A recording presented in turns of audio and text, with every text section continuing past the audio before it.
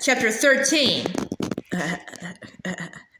Robot shot rubber bands in wild style, body covering her. Bad cop pulled an alarm, and a shield dropped down around Emmet. He was trapped, and the Craggle was lifted out of his reach. No! Emmet screamed.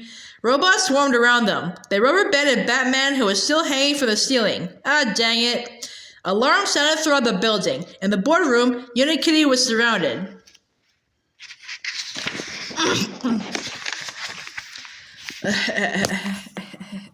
In the control room, a net dropped down on Benny and Metalbeard.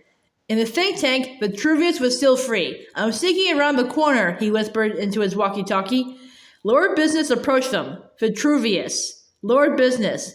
I see you've wandered into my think tank, Lord Business sneered. And by the way, I found a few of your friends, by which I mean all of them. Bad Cop led Emmet, Wildstyle, and the others into the think tank. Sorry, Emmet said, shrugging at Vitruvius. Acceptable work, Bad Cop, Lord Business smiled. Thank you, sir. Robots, Lord Business demanded. Destroy this old man once and for all. Did you just call me old? Vitruvius demanded. Yeah, so what? Said Lord Business. Vitruvius quickly built a wall out of Lego pieces. Well, Junebug, I really prefer the word experience. He whipped his walker into the air and took out a bunch of Bad Cop's robots. Emmet and the others cheered as Vitruvius fought. Yeah! Ha ha! Vitruvius cackled. You see, Emmet?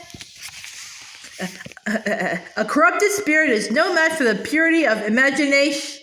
Suddenly, Lord Business rose up behind Vitruvius and threw a penny at him, breaking his body into pieces. No! Emmet screamed. Vitruvius's head rolled over and settled at Emmet's feet. Vitruvius!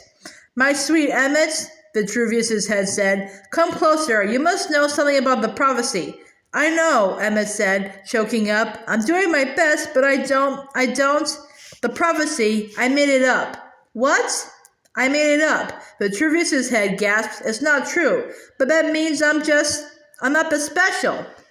You must listen, Vitruvius said. What I'm about to tell you will change the course of history. But before he could utter another word, Vitruvius passed away. Emmet cried out in despair as Vitruvius's blank eyes turned into X's. No!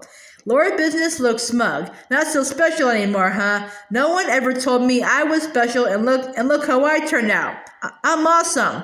I never got a trophy just for showing up. I'm not some special little snowflake, but as unspecial as I am, you are 1,000 billion times more unspecial than me. Listening to Lord Business, Emmet grew more and more glum. He'd failed. His friend and mentor was dead, and he wasn't the special after all. Robots, bring me the sort of exact zero, declared Lord Business gleefully. A micromanager strapped Emmet onto a human-sized zapping battery as the rest of the gang were forced into the think tank's brain-sucking cells. Lord Business continued to speak as the others worked. Must be weird. 1 minute, you're the most special person in the universe, and the next minute, you're nobody. He reached forward and sliced a piece of resistance off Emmet's back with an X-Acto blade. You know, I have a nice spot for this in my relic room. Uh-oh, my mistake. He tossed the piece into the infinite chasm outside his office window. There it goes. Bye-bye forever. The master builders gasped. No! Wildstyle screamed. Bad Cop, you do the honors, Lord Business commanded. With pleasure, said Bad Cop. Release the Craggle. That was the most unconvincing piece of garbage I've ever heard, Lord Business said, shaking his head. Bad Cop took a deep breath and tried again. Release the Craggle? Never mind, I'll do it, said Lord Business. Release the Craggle, he boomed. He turned back to Bad Cop. See, that's how it's done, son. Computer, set the timer to 100 Mississippis. And once I've safely left the building, terminate everyone. Emmet, you'll get a front row seat bound to this electrified monolith. The ceiling opened. A long black tentacle reached down into the room, and Lord Business hopped onto it. Bad Cop, unfortunately, I'm going to have to leave you here to die. He waved goodbye as the tentacle lifted him out of the room. Bad Cop looked around wildly. What? Sir!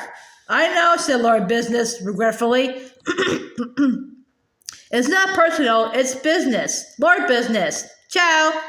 Lord Business cranked up the power on his electric shocker, setting the timer for 10 minutes. There was a loud crack as the entire top of the office tower broke off and floated away, taking Lord Business with it. The countdown to total destruction was underway.